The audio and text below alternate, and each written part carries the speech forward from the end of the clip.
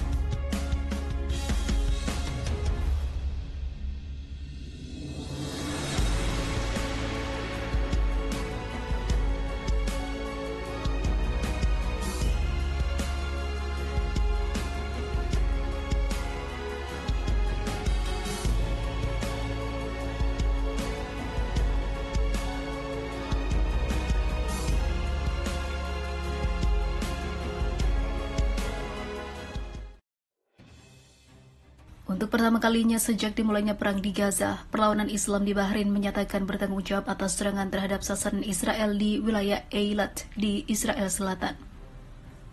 Dikutip dari Palestine Chronicle, perlawanan Islam di Bahrain menjadi lawan baru Israel setelah hampir 7 bulan perang di Gaza belum berakhir hingga saat ini. Mengejutkan, ini adalah pertama kalinya sebuah kelompok yang berbasis di Bahrain mengambil tindakan sebagai bagian dari peningkatan solidaritas regional terhadap Gaza. Brigade Astar yang merupakan proksi Iran mengatakan mereka telah menyerang sasaran Israel dengan menggunakan drone. Tindakan mereka dilakukan sebagai bentuk solidaritas kepada orang-orang yang bersabar di Gaza, ungkapnya. Brigade di Bahrain itu mengatakan dalam sebuah pernyataannya bahwa targetnya adalah markas perusahaan yang bertanggung jawab atas transportasi darat di entitas Zionis atau Traknet. Kelompok tersebut mengatakan bahwa mereka akan terus melakukan serangan terhadap Israel sampai perang berhenti demi solidaritas dan dukungannya kepada warga Gaza, Palestina.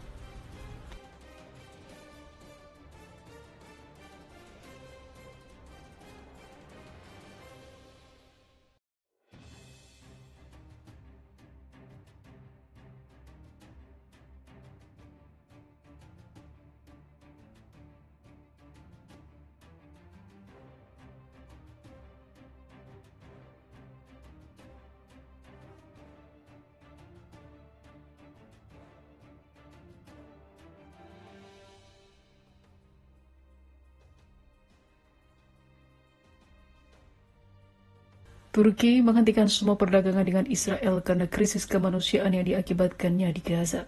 Kebijakan itu diumumkan Kementerian Perdagangan Turki pada hari Kamis 2 Mei 2024.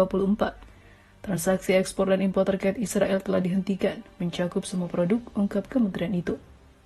Turki akan secara ketat dan tegas menerapkan langkah-langkah baru ini sampai pemerintah Israel mengizinkan aliran bantuan kemanusiaan yang cukup dan tidak terputus ke Gaza, papar kementerian itu.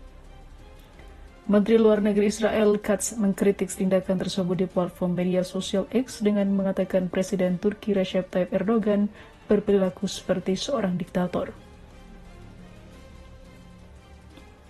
Sebelumnya, Turki dan Israel memiliki perjanjian perdagangan bebas yang berlaku sejak tahun 1997.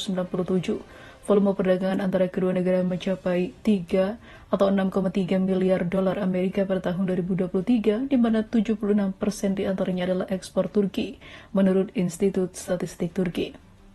Kementerian Perdagangan Turki mengatakan mereka berkoordinasi dengan Kementerian Ekonomi Nasional Palestina untuk memastikan warga Palestina yang tinggal di wilayah pendudukan seperti tepi barat dan tidak akan dirugikan oleh tindakan tersebut.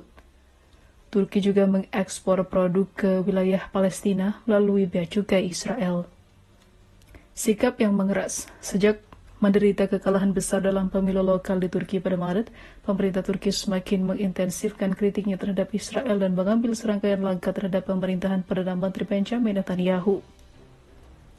Pemerintah menilai kebijakan yang relatif lebih seimbang mengenai Palestina dan Gaza telah berdampak negatif terhadap pemilih intinya yang merupakan umat Islam yang taat, yang khawatir dengan invasi Israel yang sedang berlangsung di Gaza. Rezim kolonial Zionis meratakan seluruh lingkungan pemukiman dan menargetkan infrastruktur sipil lainnya termasuk sekolah, rumah sakit, dan juga masjid.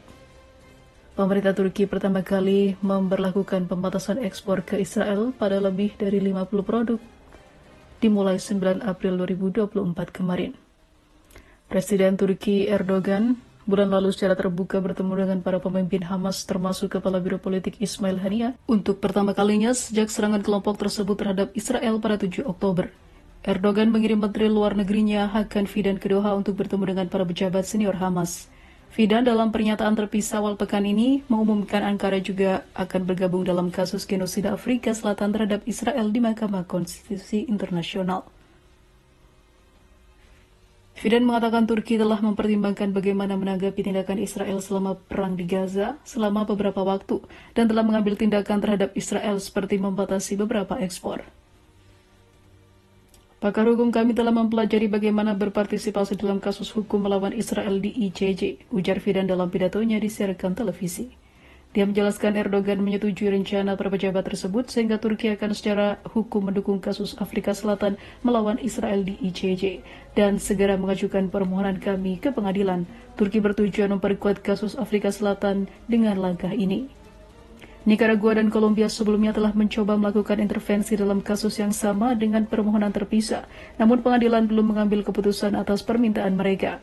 Fidan mengatakan Turki membahas masalah ini dengan beberapa anggota organisasi kerjasama Islam yang mengatakan mereka kemungkinan juga akan bergabung dalam kasus ini.